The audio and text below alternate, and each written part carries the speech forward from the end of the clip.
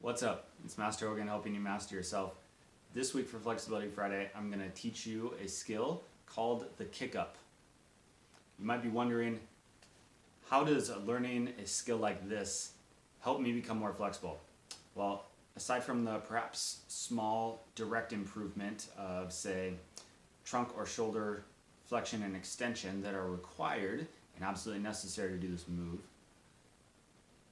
more important in my opinion is the control that you have to learn how to utilize of your body to perform a move like this, or any move, any skill-based move for that matter.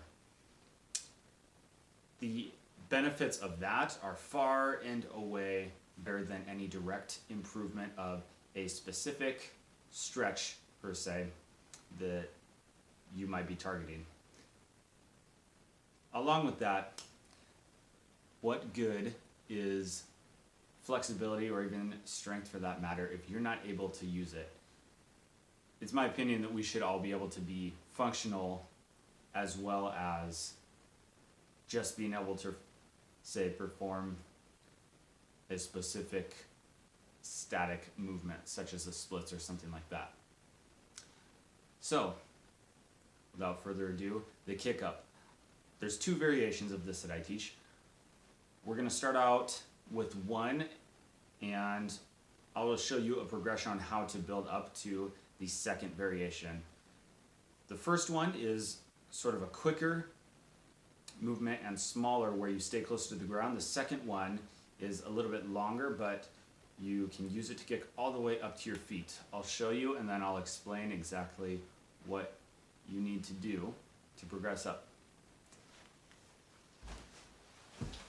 So here's the first.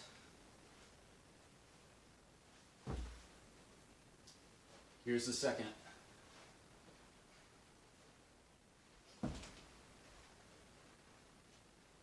So the difference there in those two, you could clearly see, is that the second one was bigger and the first one was much quicker and smaller. So how do you get started? Well, you could observe that the very first thing that you need to be able to do is have enough shoulder flexion to get your hands right next to your ears when you are trying to go back on your neck, the very first thing. So from there, you need to be able to maintain that position, because when you go to actually kick your legs up, and it's sort of like a springing motion, right? Everything compresses down and then you kick your legs up to initiate the whole movement. You need to be able to maintain that position, because once you start the movement, it's not just that you leave there. Your hands need to stay contacted to the ground the whole time, and in fact, it helps for both, but it's especially necessary for the second version to maintain the contact with the ground, because you have to push all the way through the whole movement. So you're maintaining and even increasing the velocity of your spring.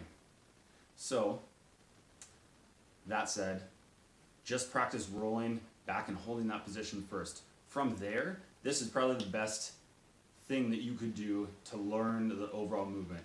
Try to kick up without your hands leaving the ground. Now, you might end up just hitting your butt on the ground first. That's a-okay. Just keep trying. Try to keep your hands on the ground. Try to kick and then straighten your arms, staying on the ground. If you do it right, you should land in a bridge. It looks like this. One more time. Okay? So, once you are able to do that, then it's simply a matter of more explosively pushing your hands off the ground.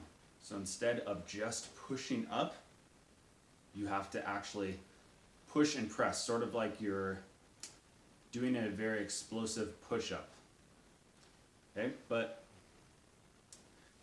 before that, even I would recommend just work up to that bridge position, where you can kick up into that bridge position, continuously pressing through, so you're getting used to actually the movement movement of a whole press with your arms behind your head. This is a bit foreign of a movement and even concept for your body if you don't go upside down a lot. So practice that first once you're comfortable. Once you can actually get into the position as far as flexibility and all that goes, then try kicking more. As far as the little one, it takes even less of a explosive press, so it's much easier, and instead of your legs going up in like an arc and coming down like you would for that second version or the bridge, it's sort of like a punch with your legs as well, because instead of arcing, they just like scoop and come right underneath you. So the first version, your legs lead and they are ahead of your torso in time for coming up. So your feet get underneath you and you land in a squat, ideally. For the second one, you kick and press so much that your legs travel in this arc, and then as your feet contact the ground, your body is already coming up to stand over it. That's how you can stand. So practice both, try both out, see which one you like best. I think it's good to be able to do both. The first variation is one that once you learn it, you could do it with no hands even. A lot of people do that, but it's my opinion that when you're doing skills like this, why wouldn't you A, learn both, and B, learn it to spread out the difficulty of it, essentially, so that you're not just having to use your neck the whole time. So you're making it easier because your hands are doing some of the work essentially, as well as your lower body. That's my personal philosophy with skills and tricks like this. So again, this is the kick up. I'll show you one more time, both. Here's number one. Here's number two. I'm Master Hogan, helping you master yourself. I'll see you next time.